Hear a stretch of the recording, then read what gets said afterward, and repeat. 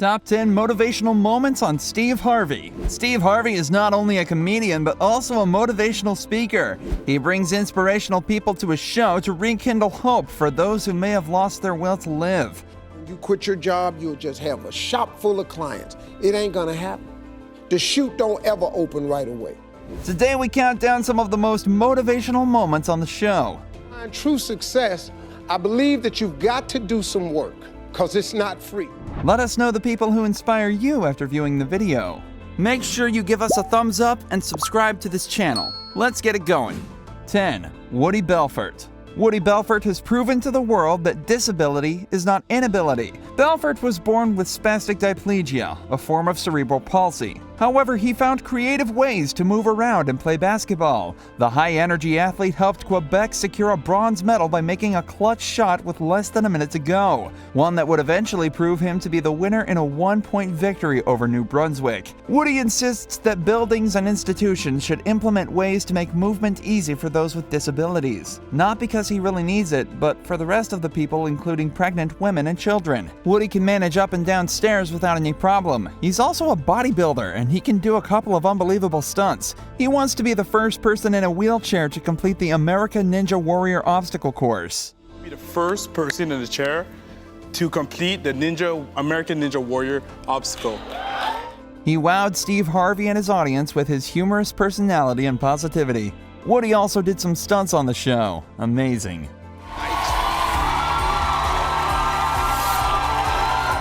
A mother wondered what her 2-year-old could do to enjoy a normal life after her leg was amputated. She was surprised when her daughter beat all the odds and became an inspiration to many people. Gymnastics was quite a brave choice because it required physical fitness, extreme levels of muscle coordination, and hours upon hours of practice. 9. Avery. Avery Mitchell had her right leg amputated when she was 2 years old, but that hasn't stopped her from becoming an award-winning gymnast. Avery competed against non-disabled gymnasts on June 30th at the Amateur Athletic Union National Championships in Tampa Bay, Florida, winning the 3rd place on the beam and 10th place overall. She said that the hardest part about doing gymnastics with a prosthetic is that she didn't have an ankle joint, but she powered through anyway. Avery told Steve that she wanted to be a physical therapist and compete in the Olympics when she grew up. I would like to be a physical therapist, but I also want to compete in the Olympics. Her role model is Laurie, and Avery had no idea that the Olympics gold medal winner was listening to her story backstage.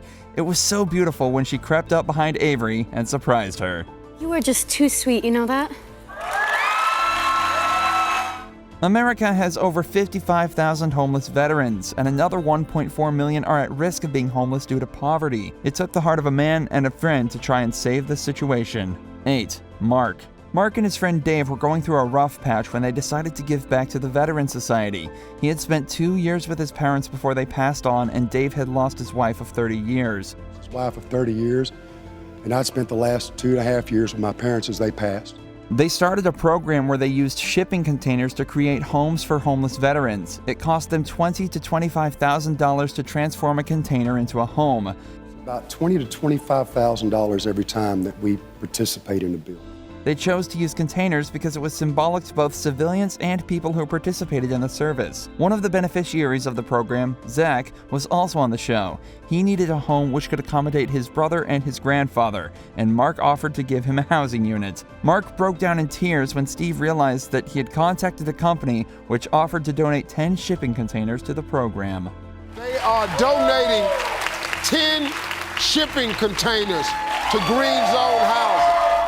A good education is fundamental for a successful life. Every child deserves a good education, but sadly, not all of them can access it. 7. Brittany Harris. As a teacher, Brittany was heartbroken when her students weren't doing so well in school. She decided to go the extra mile to help the students and their parents.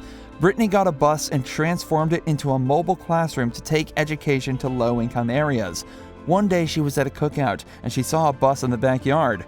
Brittany told her cousin about her dream to transform a bus into a classroom. I told my cousin, who was the owner, about my vision to transform a bus into a classroom. And 1 year later, the cousin called back to purchase the bus. Later, he called and said, "Hey, do you want to purchase this bus?" She gathered savings from her job as a teacher and part-time jobs during the summer and purchased the bus. She focused on math and literacy, and the students would learn for 4 weeks, 30 minutes per session, for free. and also literacy. And so they come on board free of charge for 4 weeks and 30-minute sessions.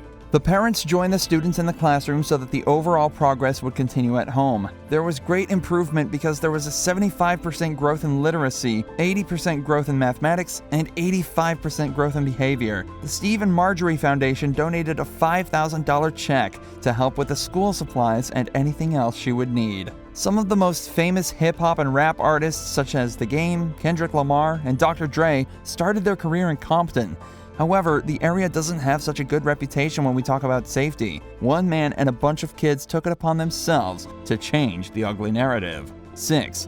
Compton Kids Club. The stories from some of the kids from the club are heartbreaking. They found a home and a place to grow their talent at the club. Fred made it his life mission to take the kids under his wing, train them, and give them exposure.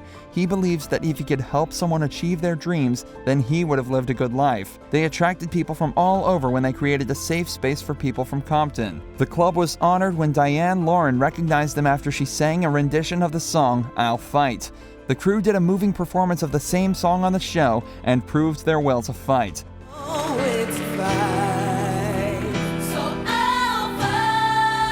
Steve offered to give Fred $10,000 to start a foundation and fly all the girls to Atlanta to get insight from Marjorie and her program on Girls Rule the World. The next guest on the show woke up one day in the hospital and realized that he couldn't move. It was devastating considering that painting was his passion.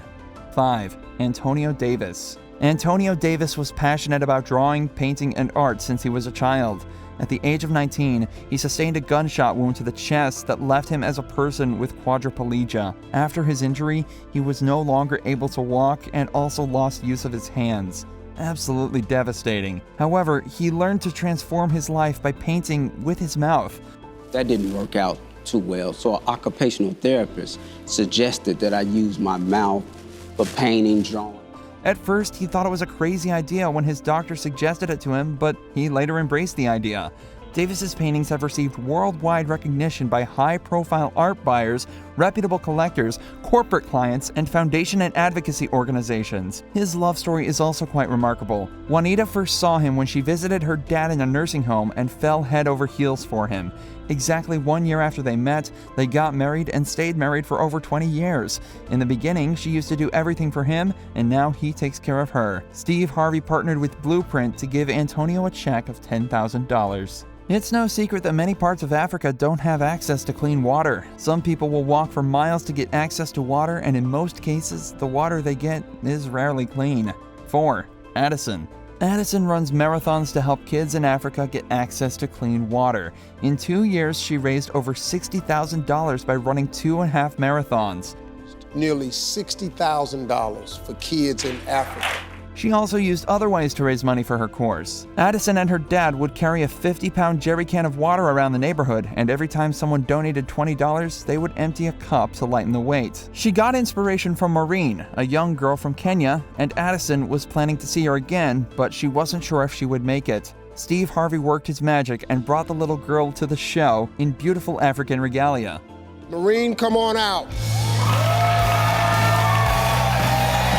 He also partnered with an airline to fly Addison and her family to spend time with Maureen and her family back in Africa. Not all homeless people on the street are dangerous. Some need a little push in the right direction to get their lives back on track. 3. Austin. George remembered telling his family that he was going to park the car and then get back to them, but he never made it back. Saying I'll go park the car and be back. I never made it back.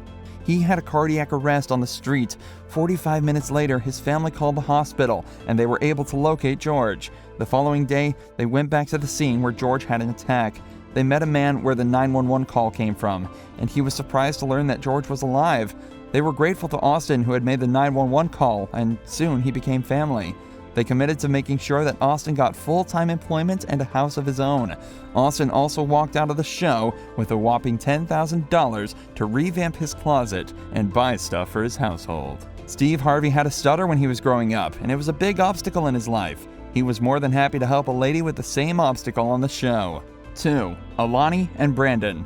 Alani's journey first began when she asked Steve for dating advice on the show. She had a stutter and always struggled with dating because men never took her seriously. Alana said that it always disturbed her when men told her that the stutter was cute. It felt like they only sympathized with her. Steve gave her some pointers on how she could manage the stutter, and she got better with time. You should not respond to anybody until you've said the answer to yourself 3 times. Brandon saw her on the show and quickly slid into the DMs because he also struggled with the same problem. Stuttering can really mess up a person's self-esteem, and it was the bravery to come out on national TV which caught Brandon's attention. He added that his life changed for the better ever since he met Alana.